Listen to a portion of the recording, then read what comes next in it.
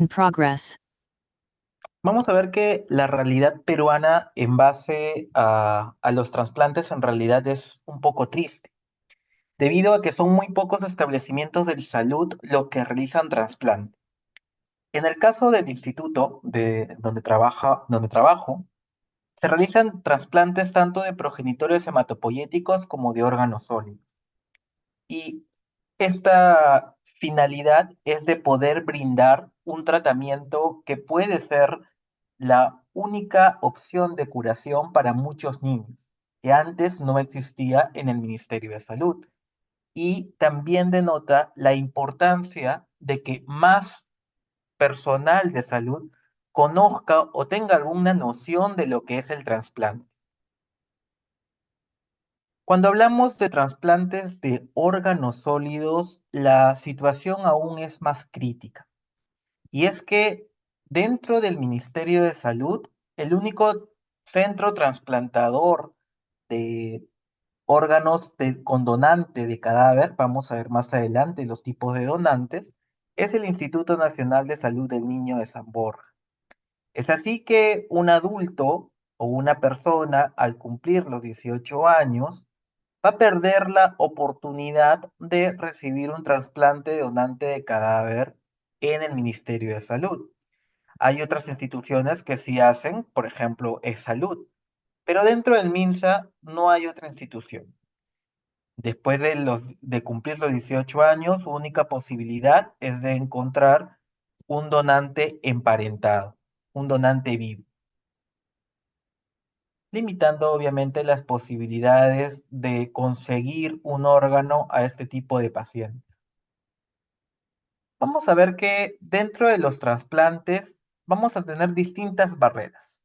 Una de ellas son las inmunológicas. Dentro de las barreras inmunológicas que nos impiden que cualquier persona reciba un trasplante de cualquier órgano, es la barrera de la compatibilidad HLA o antígeno leucocitario humano, que ya lo deben haber visto en sus clases de inmunología. Y la compatibilidad HLA, vamos a ver que el grado de compatibilidad entre el donante y el receptor va a depender de qué tipo de trasplante busquemos realizar.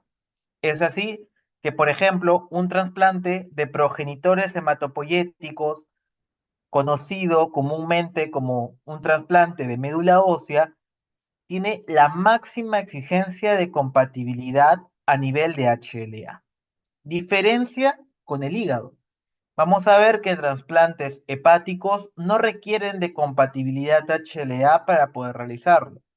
Y es que vamos a ver que las células, en el caso a nivel del hepatocito, van a expresar HLA, pero van a expresarla en menor cantidad, lo que hace que la necesidad de una compatibilidad no sea tan necesaria.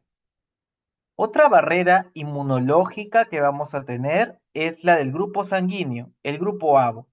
Acaban de ver su laboratorio de banco de sangre, de compatibilidades sanguíneas, y como saben, los antígenos ABO no son exclusivos de los hematíes. También están presentes en el endotelio vascular y eso es lo que también se va a trasplantar junto con un órgano.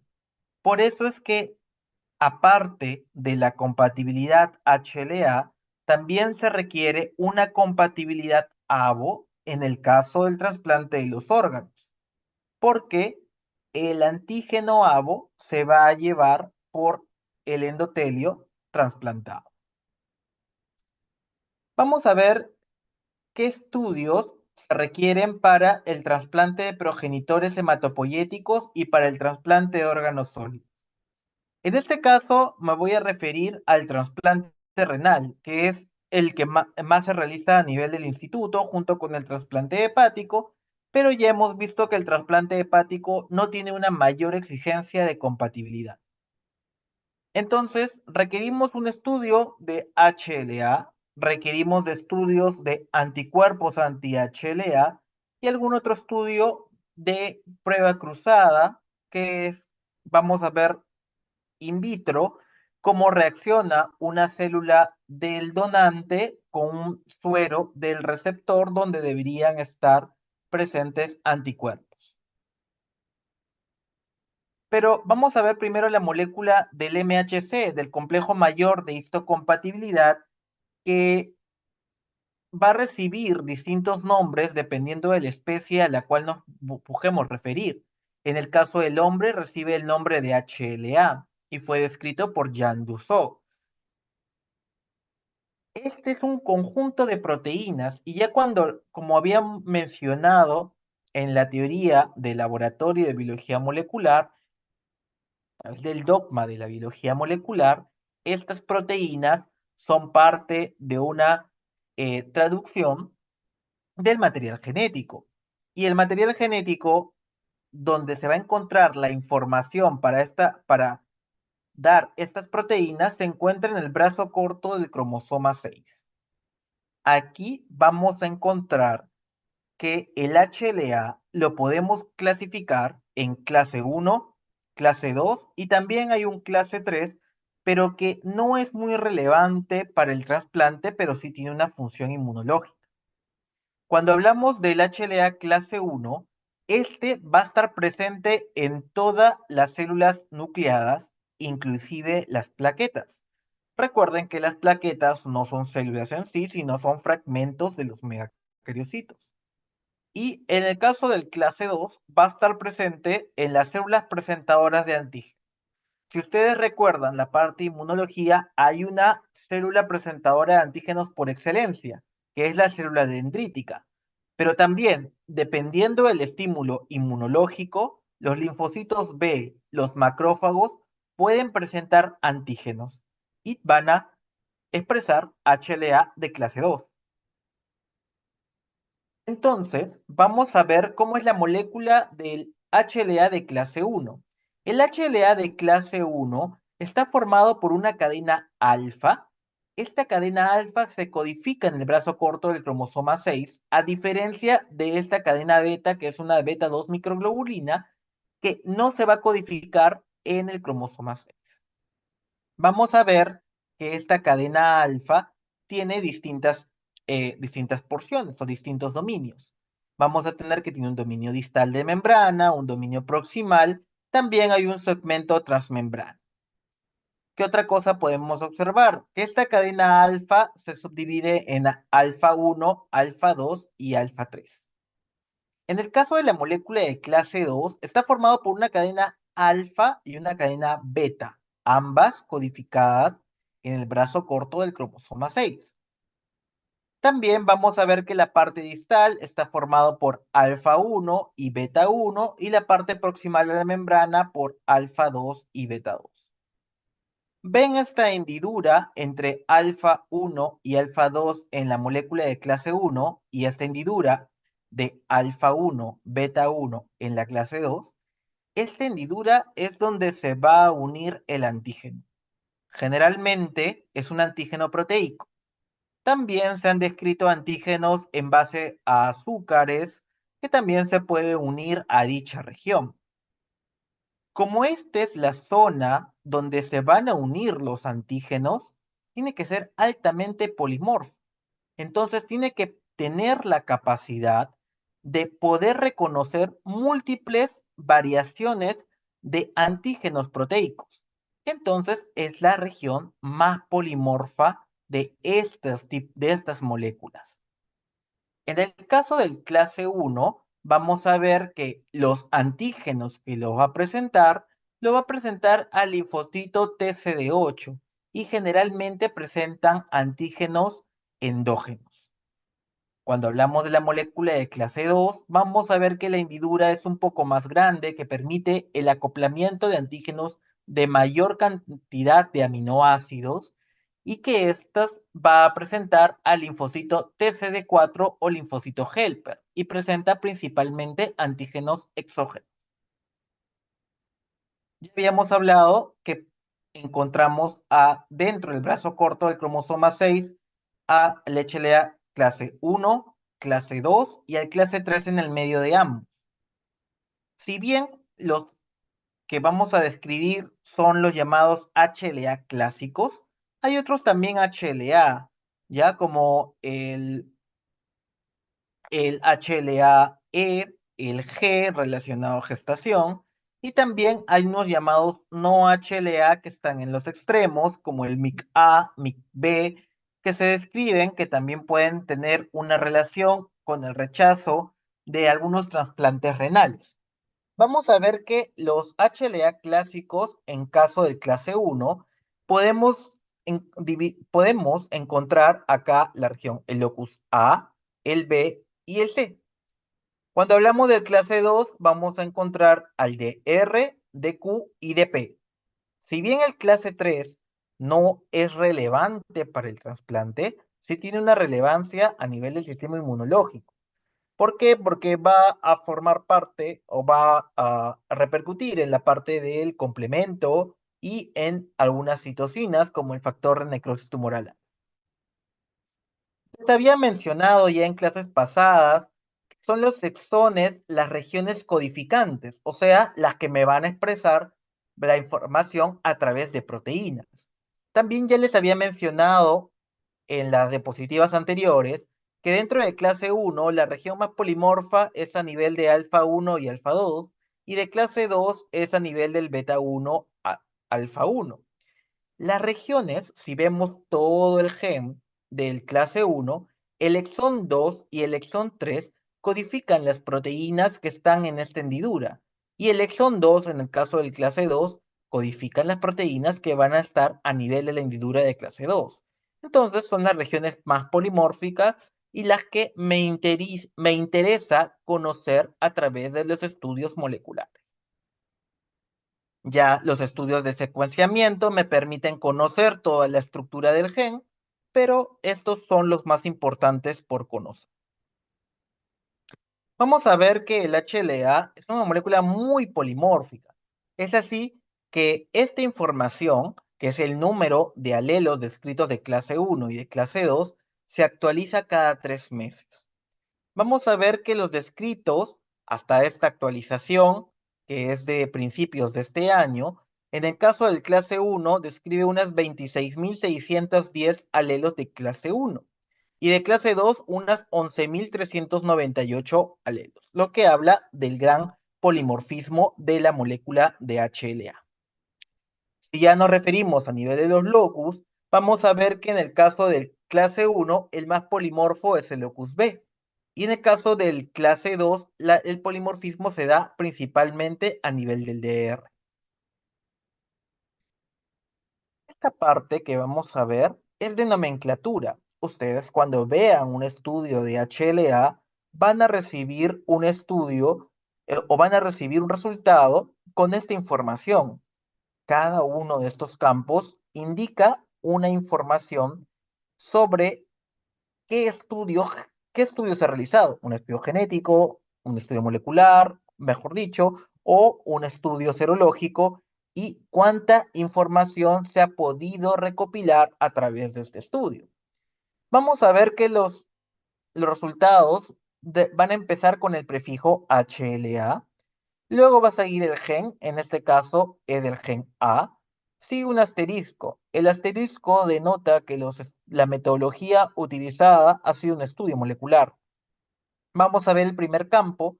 El primer campo me habla del grupo alélico. El segundo campo me habla de la proteína HLA.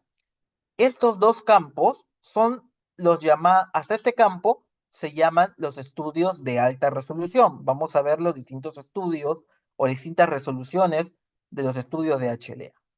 Pero puedo continuar con otros campos. El tercer campo ya me habla de una sustitución sinónima del ADN en la región codificante y el cuarto campo me indica las regiones no codificantes.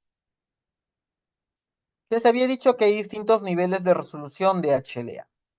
El nivel de resolución de HLA me indica también qué tipo de trasplante voy a realizar. Vamos a ver un cuadro más adelante. Pero vamos a tener estudios de baja resolución, un estudio de resolución intermedia y los estudios de alta resolución. Los de baja resolución son principalmente aquellos estudios serológicos. También hay estudios moleculares que nos brindan resultados de baja resolución, sí, pero solamente me van a indicar el grupo alélico. Por ejemplo, un A02, un A2. Este es un estudio serológico, ven que no tiene el asterisco. Este es un estudio molecular porque sí tiene el asterisco entre el gen y el grupo alélico. Las de resolución intermedia son estudios que se realizan principalmente en nuestro país. Y este estudio vamos a ver que está el grupo alélico y donde debería estar la proteína vemos unas letras. En este caso es un P, H o G. Esta es una codificación. Esta es una codificación que limita las posibilidades de las proteínas que pueden estar acompañando a este grupo alélico. Me limita, por ejemplo, en este caso me dice que este es un A2 y puede ser su proteína un A201, 02, 03, 04, 05 y así sucesivamente. También me indica la probabilidad. Teóricamente, los más probables son los que están al inicio.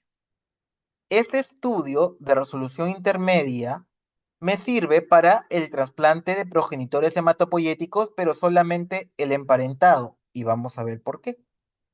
El de baja resolución, me había olvidado decirles, me puede servir para un trasplante de órganos como el de riñón. El estudio de alta resolución, como ya les había adelantado, me brinda mínimo dos campos, grupo alélico y la proteína. Y este tipo de estudios es el que se requiere para todo trasplante de progenitores hematopoyéticos, según las bibliografías, ustedes cuando lean, trasplante de progenitores hematopoyéticos, estudio de HLA de alta resolución, salvo en el país los emparentados, pero normalmente deberían ser de alta resolución y más enfocado a un trasplante de progenitores hematopoyéticos no emparentados. En cuanto a las metodologías del HLA, tenemos estudios serológicos, como la serología, dentro de ellas está el CDC, CDC o la sintotoxicidad, la linfocitotoxicidad. Dentro de los estudios moleculares está el SCP o secuencia de primer específico, el SSO, que es la secuencia de oligonucleótido específico, es la que se realiza en el país. El SBT, que es el secuenciamiento, es un tipo de secuenciamiento, en realidad es el Sanger. Por muchos años, el gold estándar, actualmente sustituido por el NGS o el Next Generation Sequence. En cuanto a los métodos serológicos, se basan en una reacción antígeno-anticuerpo, que ya hemos visto que muchos de los estudios de laboratorio utilizan este fundamento, ¿no? Fundamento de una reacción antígeno-anticuerpo. A estas placas llamadas de Terasaki se van a colocar los linfocitos y luego se va a colocar un suero conocido y posteriormente se coloca una sustancia fluorescente. Primero se va a colocar un complemento. Recuerden, si hay una reacción antígeno-anticuerpo y se agrega un complemento, lo que va a producirse es una apertura o una destrucción de la membrana, permitiendo que el colorante ingrese. Entonces vamos a ver distintos tipos de campos en cada uno de estos pocillos y vamos a ver estos pocillos verdes me indica de que no ha habido una reacción antígeno-anticuerpo, mientras que estos rojos sí me indica que ha habido una reacción antígeno-anticuerpo por la cual el colorante ha podido ingresar a la célula. Y a través de unas plantillas en la cual se conoce qué suero se ha colocado en cada pocillo, se puede identificar el HLA. La secuencia de primer específico sigue todos los pasos de una prueba molecular con la extracción del ADN, se hace un PCR, se coloca en un gel de agarosa y en base a un control positivo puede, se puede identificar cuál es el gen identificado. ¿Cuál es la desventaja? La desventaja es que se requeriría una gran cantidad de primers para poder identificar la especificidad de dicho HLA. Por eso que este tipo de metodología, dependiente de la cantidad de primers utilizados, generalmente daba un resultado de resolución baja. Esta es la metodología utilizada en el país por el Rebagliati, por el Instituto, por el INEM, que son los principales trasplantadores a nivel de Lima. También hay también hay laboratorios de histocompatibilidad en provincias. Vamos a ver que se hace una amplificación primero del material genético, de la región que yo busco identificar. Luego se hace una denaturación, ya hemos visto en la clase pasada en qué consiste una denaturación, en la apertura de esta doble cadena de ADN, y vamos a utilizar estas perlas. Son una gran cantidad de perlas que están marcadas con una porción complementaria del ADN que yo busco identificar y que se van a unir de manera complementaria. Esto le vamos a llamar hibridación, como ya lo hemos visto en la clase de biología molecular. Luego se va a colocar una sustancia fluorescente y vamos a ver que estas perlas van a pasar por un citómetro de flujo. Un citómetro normalmente pasan células, pero por eso se llama citómetro, pero en este caso van a pasar las perlas. Van a pasar unas perlas en fila india y en las cuales van a ser enfrentados por estos láseres y van a excitar esta sustancia fluorescente, la cual va a ser identificada por un software para ver si dicha perla que contiene una secuencia complementaria brilla o no brilla y me va a poder brindar un estudio de HLA de resolución intermedia. En el caso del Sanger, el Sanger consiste primero en una amplificación por PCR y luego el secuenciamiento en un gel de agarose. ¿Ya? Me permite estudios de alta resolución. Sin embargo, puedo tener todavía resultados ambiguos y el tiempo es un tiempo largo. Luego seguido el NGS. El NGS me permite secuenciar todo el gen. Y al secuenciar todo el gen puedo obtener hasta 4 campos. Me permite resolver ambigüedades. Es actualmente el gol estándar para estudios de HLA y vamos a ver que ya hay máquinas muy robustas que permiten un estudio de una gran cantidad de HLA y comparados con el Sanger es mucho más rápido. Entonces ya habíamos hablado de las resoluciones de la tipificación HLA y lo que requiere distintos tipos de trasplante. Vamos a ver los trasplantes de órganos y los trasplantes de células progenitoras hematopoyéticas. Una resolución baja, habíamos visto el método del CDC, habíamos visto el SCP, el SCO, que también me puede brindar una resolución intermedia. Y en el caso del trasplante de órganos sólidos, vamos a ver que una resolución baja con estas metodologías moleculares, o también llamada una resolución intermedia, sí puede utilizarla para un trasplante de órganos. Un estudio de alta resolución no es tan necesario para un trasplante. En el caso del progenitor hematopoyético, la exigencia es muy alta. Sí requiero estudios de HLA de alta resolución, como el SBT o como el NGS. También el SSP me puede dar un estudio de alta resolución, pero necesito una gran cantidad de primers. Entonces, vamos a ver que en el Perú, a pesar de requerir un estudio de HLA de alta resolución que no hay en el país actualmente, podemos realizar trasplante de progenitores hematopoyéticos, pero con una condición que la vamos a ver más adelante. La detección de anticuerpos HLA. ¿Cómo una persona se sensibiliza? Es las mismas características que, que, por ejemplo, un trasplante, o perdón, una transfusión sanguínea, en la cual una persona se sensibiliza, por ejemplo, con el antígeno RH. ¿Cuáles son las posibilidades de sensibilización? Transfusiones, gestación y también vamos a agregar un trasplante previo. Esas son las 3 situaciones en las cuales una persona puede generar anticuerpos anti-HLA. Para la detección de anticuerpos anti-HLA, vamos a tener 2 pasos. Una prueba que se llama screening, que es el panel reactivo de anticuerpos o PRA. ¿Qué utilizamos en esta prueba? Utilizamos perlas, igual que en el HLA, en la tipificación del HLA. Solamente que estas perlas, como es un screening, a estas perlas le voy a pegar distintos antígenos HLA, varios tipos. Entonces, yo estimo de que de repente este potencial receptor tiene anticuerpos anti-HLA. ¿Por qué? Porque de repente recibió múltiples transfusiones, de repente ha gestado. Recuerden que los pacientes con de oncohematológicos o los pacientes renales reciben transfusiones sanguíneas y ahí se sensibilizan. Entonces, requiero identificar si tiene anticuerpos anti-HLA. Una vez que estos anticuerpos que están presentes en el suelo del receptor se han pegado a esta perla, voy a agregar un anticuerpo secundario, que es un anticuerpo anti-inmunoglobulina humana, pero que está marcada con una sustancia fluorescente. Se pega, se hace una serie de lavados, y en el mismo citómetro donde he leído el HLA, estas perlas van a pasar. Y si hay anticuerpos pegados, van a ser detectados. Una vez que mi screening, el PRA, el panel reactivo anticuerpos, ha salido reactivo, necesito identificar la especificidad de dicho anticuerpo. Para esto yo utilizo una prueba llamada Single 1 o Single 2.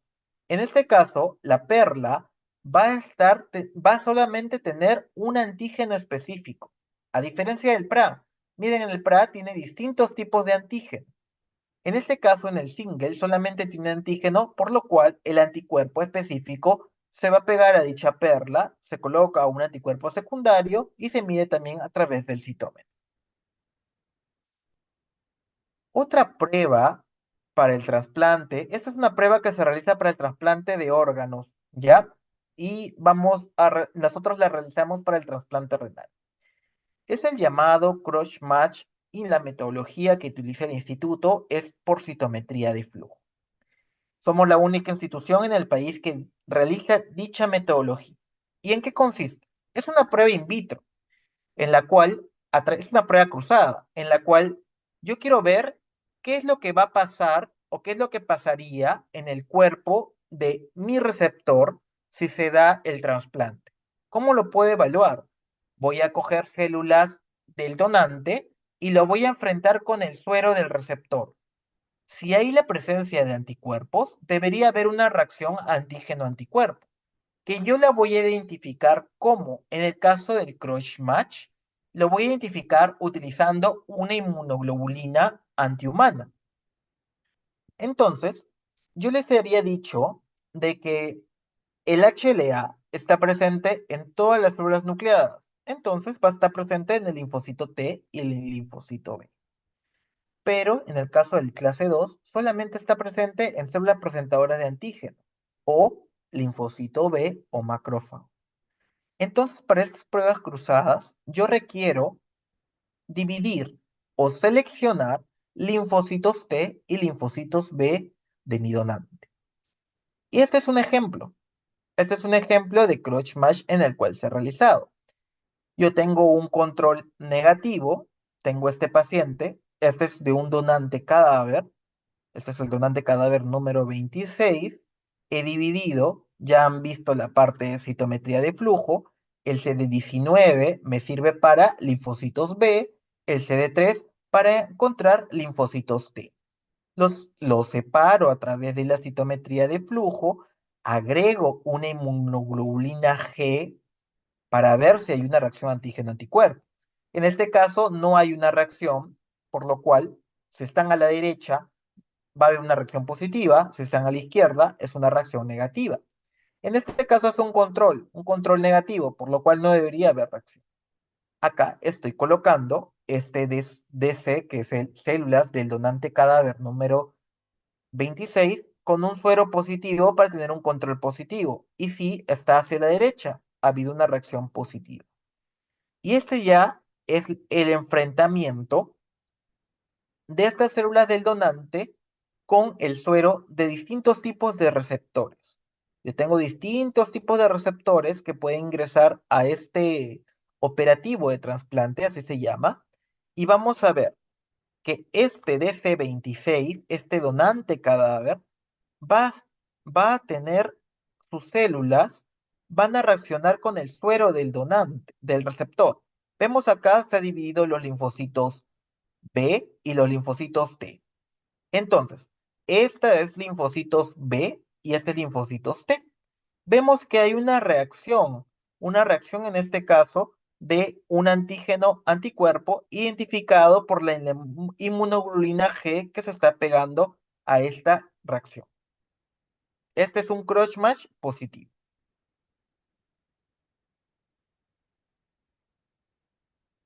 Este es el resultado que se va a tener, por ejemplo, este es el resultado de un informe en el cual vemos los distintos tipos de controles.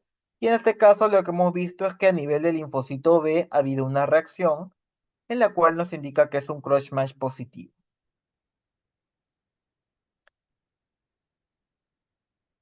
Este es un score. Vamos a ver que cuando hablamos del trasplante, les había dicho que en el trasplante renal o en el trasplante de órganos sólidos puedo tener dos tipos de donante, un donante cadáver o un donante vivo. Cuando tengo un donante cadáver, generalmente el, hay un grupo de especialistas que forman parte de un grupo que se llama Procura, que nos indica de que hay un potencial donante. Este potencial donante, una vez aceptada la donación por parte de los familiares, el órgano o la muestra de sangre, mejor dicho, de este donante, viene hacia el instituto para hacer los estudios de histocompatibilidad. Nosotros en el instituto tenemos una lista de espera de trasplante renal y vamos a hacer los estudios de histocompatibilidad de este donante y vamos a sacar un score. Este score habla de la compatibilidad que tiene este donante cadáver con estos potenciales receptores. Y vamos a ver que cada coincidencia o cada match va a indicar un puntaje. Si coincide en el locus A, le voy a dar un punto de 0.5. Si coincide en el locus B, 1.5. Y si coincide en el DR, 3.5. ¿Por qué? Porque estos son los más relevantes en el trasplante renal. Vemos, por ejemplo, que este paciente, el número 1, tiene un puntaje de 6.5. ¿Y por qué? Porque tiene dos coincidencias en B, tiene dos matches en B y tiene un match en DR, lo cual le da un puntaje de 6.5. En el segundo tiene un match en A, tiene un match en B y un match en DR, pero más vale el match en B que en el A. Por eso que obtiene un mayor puntaje este primer paciente. Este es el resultado que nosotros le brindamos a los nefrólogos en un operativo de trasplante renal, a través del estudio de HLA, indicando los distintos scores, los distintos grados de compatibilidad. Este score o este puntaje no significa de que el primero se va a trasplantar. El nefrólogo va a tener que ver otras características como tiempo de lista de espera, tiene acceso venoso, cuánto tiempo el paciente está en hemodiálisis, qué edad tiene el paciente, qué edad tiene el donante.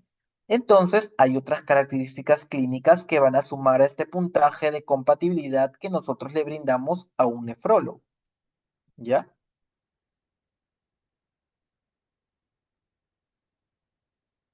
Cuando hablamos de las células progenitoras hematopoyéticas, recuerden que esto se va a producir a nivel de la médula ósea y estas células madre van a dar origen a los distintos tipos de células, a distintos tipos de líneas. Líneas mieloides, líneas linfoides y también con estas líneas ya habíamos establecido en los grupos de práctica y seminario los tipos de enfermedades oncohematológicas que se pueden generar. Cuando hablamos del trasplante de progenitores hematopoyéticos o trasplante de médula ósea, se nos viene a la mente esta técnica, ¿no? Esta técnica en la cual consiste en hacer un aspirado de la cresta y sacar la sangre de ese lugar. Sin embargo, actualmente el trasplante de progenitores hematopoyéticos o la colecta de estas células se hace como si fuese una donación de plaquetas. Como ven a la persona, ven al chico que está ahí sentado, está conectado a una máquina y vamos a ver que por una vía van a salir sus células.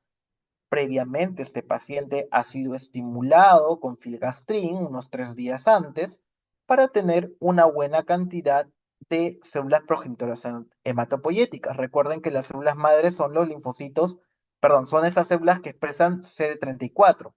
Entonces, se va a obtener por esta vía, se va a comenzar a extraer la sangre, se va a pasar a través de la centrífuga y se va a buscar captar la mayor cantidad de estas células que expresan CD34. Y por la otra vía se va a regresar todos los hemocomponentes que no requerimos, que no vamos a utilizar. Entonces, ya ustedes saben que una donación de células progenitoras hematopoyéticas es muy similar a una donación de plaquetas.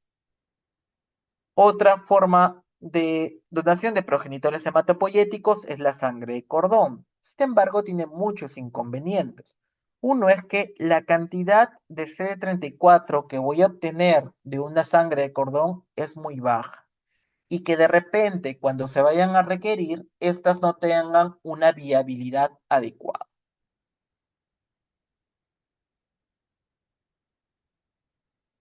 Entonces, yo tengo un donante para este receptor que tiene una enfermedad oncohematológica o de repente tiene una inmunodeficiencia primaria. Y les había mencionado entonces que este donante se va a conectar a esta máquina de aféresis para la colecta de progenitores hematopoyéticos. A este paciente, a este receptor, tengo que destruir su médula ósea para dar espacio a nuevas células, que es de este donante. Entonces, al paciente se le va a colocar quimioterapia para poder destruir una médula ósea. Este procedimiento se le llama acondicionamiento. Una vez acondicionado el paciente, se le infunde y es la forma en la cual se da ese trasplante, como si estuviese recibiendo una transfusión de sangre. Se le infunde las células progenitoras hematopoyéticas a este paciente. Obviamente va a tener que estar en un ambiente muy controlado porque el paciente le he destruido la médula ósea, no tiene inmunidad y va a recibir estas células que van a demorar todavía un tiempo en prender. Entonces, para el progenitores hematopoyéticos les había dicho que se requiere un estudio de alta resolución del HLA. Es lo que nos indica la bibliografía. Vamos a ver los distintos tipos de trasplante y por qué en el Perú se realizan trasplante de progenitores hematopoyéticos con estudios de HLA de resolución intermedia. El trasplante puede ser autólogo. La misma persona se dona así. ¿En qué tipo de patologías? Mieloma múltiple, por ejemplo. Luego tenemos los halogénicos. Dentro de los halogénicos podemos tener el singénico, el cual es un hermano univitelino. Y tenemos los otros tipos de halogénicos, que es un individuo diferente. Dentro del trasplante halogénico voy a tener los trasplantes emparentados, que pueden ser de hermanos o pueden ser de padres, y los no emparentados. ¿Por qué en el Perú entonces realizamos trasplante de progenitores hematopoyéticos con estudios de HLA de resolución intermedia solamente con un donante emparentado? Por la forma de herencia del HLA. El HLA se va a tener una herencia mendeliana. Entonces yo tengo, por ejemplo, acá la madre es rojo y celeste, el padre es verde y azul. Los hijos van a heredar un haplotipo de cada padre. Todo esto rojo yo lo llamo haplotipo. Todo esto celeste lo llamo haplotipo 2. Este padre va a tener un haplotipo verde y un haplotipo azul. Los haplotipos se van a heredar entonces, uno de la madre, este rojo, y otro del padre, este verde. Este rojo, este azul, este celeste, este verde, celeste y azul, de manera combinada. Este, por ejemplo, es el paciente. Sus hijos también van a tener otro progenitor y también van a tener una combinación. ¿Ya? Vamos a tener entonces distintos tipos de matches o coincidencias. Puede ser de que este paciente, dentro de sus hermanos, es la única posibilidad de encontrar un 100% compatible. que compartan los dos haplotipos, porque son los hermanos que van a heredar de los padres los haplotipos. Entonces, solamente en los hermanos hay la posibilidad de encontrar un 100% idéntico en el trasplante alogénico emparentado. Un hermano tiene una probabilidad del 25% de ser idéntico. Hay otro tipo de trasplante. Dado que encontrar una compatibilidad idéntica puede ser escasa, puede ser que este paciente no tenga hermanos, puede ser que si tiene hermanos no llegue a un 100% de compatibilidad. eh, Se ha visto realizar otro tipo de trasplante, el llamado trasplante haploidéntico, en el cual solamente comparten la mitad del haplotipo. Por ejemplo, este hermano que tiene este haplotipo rojo es haploidéntico con el paciente. Este otro hermano que tiene este haplotipo azul es haploidéntico con el paciente. ¿Y quiénes van a ser siempre haploidénticos con el paciente? Sus padres. El papá y la mamá siempre van a ser haploidénticos con el paciente, por lo cual son potenciales donantes en el caso de que este paciente no encuentre un donante dentro de sus hermanos. Este es el mismo ejemplo, solamente que ya me está expresando locus. Veo este haplotipo es una 1, un B8, un DR3, un DQ2. Este otro haplotipo, una AC2, un B44, un DR7, un DQ2. En el caso de la madre tengo un haplotipo que es una 3, un B7, DR2, DQ1. En este caso la madre tiene otro haplotipo, un A11, un B60, un DR4, un DQ4. Les había dicho de que cada uno de los hijos va a heredar un haplotipo. Y es lo que vemos acá, una combinación de los haplotipos de los padres en estos hijos. Sin embargo, hay situaciones en las que se da las llamadas recombinaciones. Por ejemplo, esta es una recombinación. Este haplotipo, miren, este haplotipo, ¿de dónde viene? Del padre. Vemos un B8, un DR3, un DQ2. Pero debería ir un A1. Pero en vez de ir el A1, va un A2. Y este A2 viene del otro haplotipo. A esto lo denominamos recombinación. En vez de presentar el A1, presenta un A2 que es del otro haplotipo. ¿Se dan casos? Sí, sí hay presencia de estos casos y que genera ya una incompatibilidad. Son ejemplos que vamos a ver. Vemos acá, por ejemplo, eh, este es un primer caso.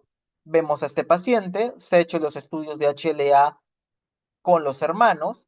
¿Nosotros qué evaluamos? El locus A, el locus B, el C. Clase 1. De clase 2, el DR y el DQ. Vemos que este es un A2, un A24, un B15, B35, un C1, un C4, DR9, DR16, un DQ alfa 3, un DQ alfa 5, DQ beta 3, DQ beta 3. Sus hermanos tienen los mismos, ambos. Este paciente tiene la suerte de que ambos hermanos son histológicamente idénticos. Cualquiera de los dos puede ser su donante, por lo cual ya entra a tallar otras características clínicas como la edad, como el peso, etcétera, para poder elegir el donante de este paciente. Vemos otro ejemplo. En este caso, este paciente se ha hecho el estudio de histocompatibilidad, pero con los padres. De repente no tiene hermanos. Y vemos acá, por ejemplo, todo este color azul es un haplotipo. Y este haplotipo lo ha heredado del papá. El haplotipo rojo lo ha heredado de la mamá. Esto hace, como ya les había mencionado, de que sean haploidénticos. El papá es haploidéntico con el paciente, la mamá es haploidéntico también con el paciente. Este es otro estudio de histocompatibilidad, en el cual sí se ha estudiado un hermano, pero en este caso, el hermano también solamente es haploidéntico. Todo el haplotipo rojo lo comparte el paciente, el hermano y la mamá. Y el azul, solamente el paciente con el papá. Esto es un estudio de histocompatibilidad, pero haploidénticos. Ahora, en este caso el estudio, como son idénticos, no van a desarrollar anticuerpos anti-HLA, o no hay necesidad de estudios de anticuerpos anti-HLA, porque la presencia de un anticuerpo anti-HLA, recuerden, es tú desarrollas anticuerpos contra el extraño. Pero si estos haplotipos los ha heredado de los mismos padres, no va a desarrollar anticuerpos porque no es extraño, es el mismo haplotipo, es el mismo antígeno. Diferentes acá. Este paciente puede desarrollar o puede haber desarrollado anticuerpos contra el haplotipo que no comparte con los padres. Por ejemplo, puede haber desarrollado anticuerpos contra el haplotipo verde o contra el haplotipo morado. En este caso, con el haplotipo verde y también contra el haplotipo verde o el haplotipo morado. Entonces, si se piensa en un trasplante idéntico, no requiere estudios de anti-HLA. Pero si se piensa en un estudio, en un trasplante haploidéntico, sí se requiere de estudios anti-HLA porque este donante va a tener un haplotipo diferente, va a tener antígenos extraños con los que puede reaccionar el paciente. Este es un estudio de anticuerpos. Vemos entonces que en este caso al paciente, el que habíamos visto antes, se realiza un estudio de HLA, anti-HLA, se le realiza un PRA, un panel reactivo anticuerpos y que sale negativo. No tiene anticuerpos. ¿Se puede trasplantar? Sí se puede trasplantar. En este caso, su mamá es su única donante y vemos a ver que se realiza un estudio de anticuerpos anti-HLA.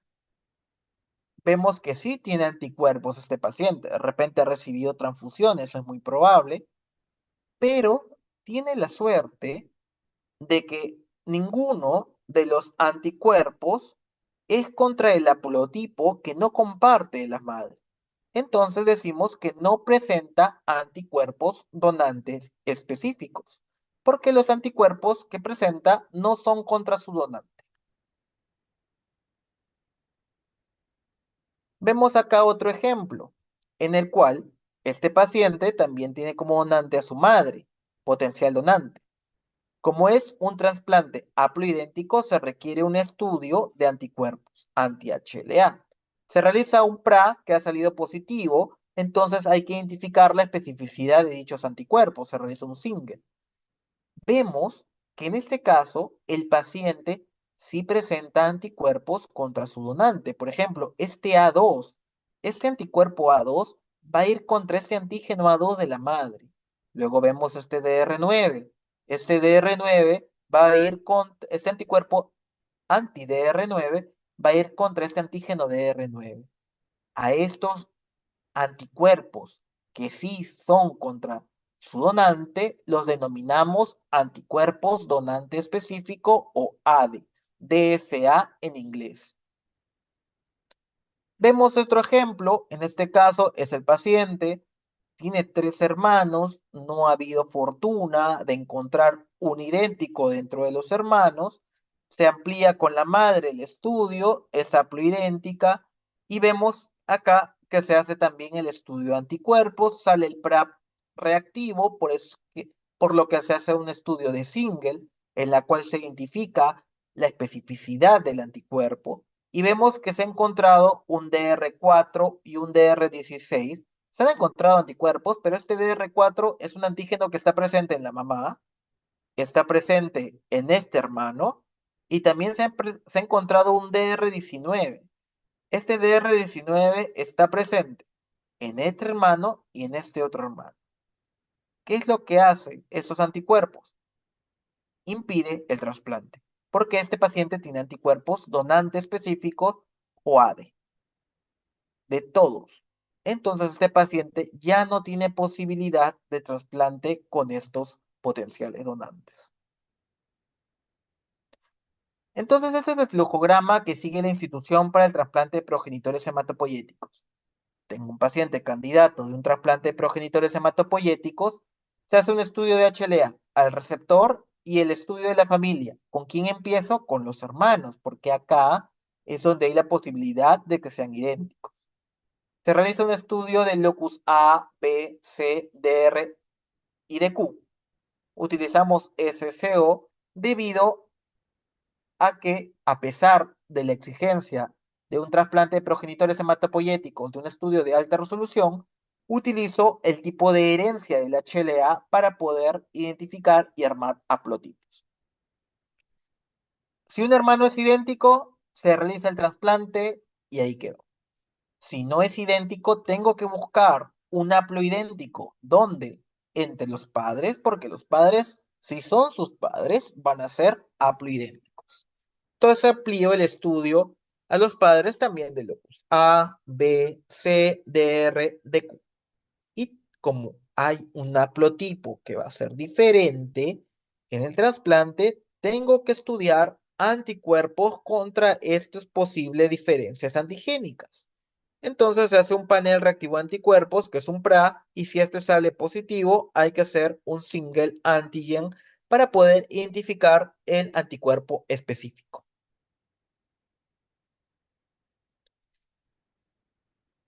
¿Qué estudio utilizamos nosotros para controlar el injerto post-trasplante de progenitores hematopoyéticos? Nosotros utilizamos el llamado quimerismo. Recuerden que una quimera es aquella especie que tiene dos ADNs y un paciente trasplantado de progenitores hematopoyéticos va a expresar ADN propio y ADN de su donante. Las células hematopoyéticas que se van a producir después de un trasplante deberían expresar solamente ADN de su donante. Por eso es que esta persona se convierte en una quimera.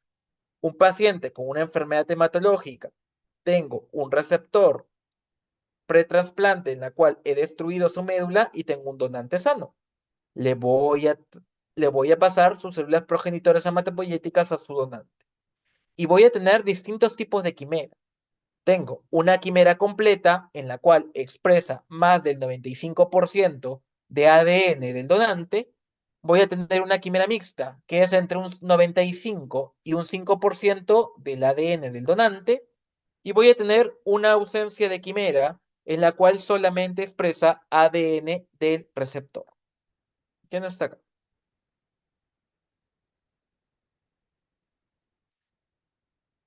¿Qué estudio se utiliza para evaluar la quimera? Nosotros utilizamos el gol estándar. El gol estándar es el estudio de los STR, o los llamados Short Tandem Repeat. Los Short Tandem Repeat, ya les había hablado en la parte de biología molecular, que la parte codificante del ADN son los exones. Pero hay una gran parte del ADN que es no codificante. Casi el 70-98% del ADN es no codificante. Dentro de este 70-80%, vamos a ver que el 50-40% van a tener estas múltiples copias o en tándem. Vamos a ver repeticiones en tándem, que es del 5 al 10%, y dentro de ello vamos a ver a los microsatélites o los STR, que son las llamadas huellas digitales. Son las que se utilizan también para identificación forense de los cadáveres, porque cada individuo es único en los estudios de los STR. Este es un ejemplo del estudio de quimera. Nosotros realizamos un estudio de quimerismo pretrasplante, en el cual vamos a estudiar toda esta parte, es lo que hacemos antes del trasplante. Hacemos un estudio de un perfil de identidad del donante y un perfil de identidad del receptor antes del trasplante. Es como si fuese un estudio de identidad, como un estudio forense. Luego, en el post-trasplante, hacemos un seguimiento en el cual esperamos que solamente expresen ADN del donante en el post-trasplante. Por ejemplo, este es un estudio en el día 1121 post-trasplante. Evaluamos en el post-trasplante, evaluamos sangre total y también hacemos una técnica de separación celular en la cual, a través de magnetos, separamos linfocitos T, linfocitos B y células mieloides. Una vez separadas, se extrae el ADN de cada una de estas células separadas y se evalúan los STR de cada una de estos grupos de células. Y vamos a ver que en este caso, el paciente post-trasplante solamente está expresando ADN su donante, con lo cual hablamos que el paciente para el día 1121 tiene una quimera completa. En este caso, vemos que en el post-trasplante es el día 64 post-trasplante. Vemos los marcadores STR del receptor y del donante. Sin embargo, acá hay algunos marcadores que están expresando más de 2 alelos. Normalmente una persona solamente expresa 2 alelos. Sin embargo, una quimera, un paciente post-trasplante, puede expresar 3 o más alelos, hasta 4 alelos, ¿no? El que exprese alelos propios nos está indicando de que todavía hay rezagos de ADN propio que no debería ya expresar en el post-trasplante. Sin embargo, como es en el día 64, todavía puede ser que encontremos ADN propio. Se evalúa en sangre total si se llega a una quimera completa, pero el evaluar las poblaciones hace que el estudio sea mucho más sensible. Y acá, por ejemplo, en los linfocitos T se encuentra una quimera del 87%, que es menos del 95%, por eso es una quimera mixta. En el caso del linfocito B también es menos del 95% y por eso es una quimera mixta. En este caso, es un paciente que en el día 503 post-trasplante se evalúan los STR del paciente en ese momento y se encuentra solamente ADN propio después de 500 días del trasplante. La quimera se ha perdido. Hay ausencia de quimera, menos del 5% de ADN del donante. El paciente ha perdido su injerto. Por esto este estudio nos sirve para el control post-trasplante. Bueno chicos, eso es todo. No sé si tienen alguna pregunta.